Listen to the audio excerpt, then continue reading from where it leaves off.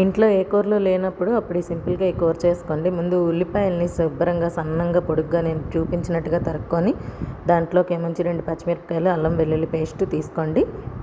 ముందుగా ప్రాసెస్ ఏదో చూద్దాము. నూనె పెట్టి దాంట్లో ఆవాలు, జీలకర్ర, శనగపప్పు, మినప్పప్పు, పచ్చిమిరపకాయ బాగా వేయించుకోవాలి. వేయించుకున్న తర్వాత అందులో అల్లం వెల్లుల్లి పేస్ట్ వేసుకొని బాగా కలుపుకోండి. ఇలా కొంచెం రెడ్గా గోల్డెన్ కలర్లో వచ్చిన తర్వాత అందులో ఉల్లిపాయలు వేసి బాగా వేయించండి.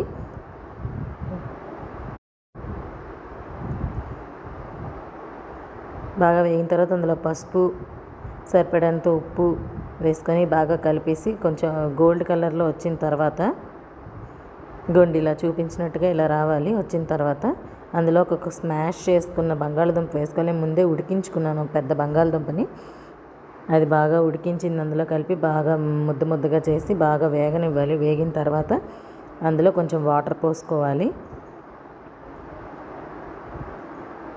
బాగా కలపండి. అందులోకి ఏమొంచి కొంచెం శనగపిండి ఏమో నీళ్ళల్లో కలుపుకొని నేను చూపించినట్టుగా అలా వేసుకోండి.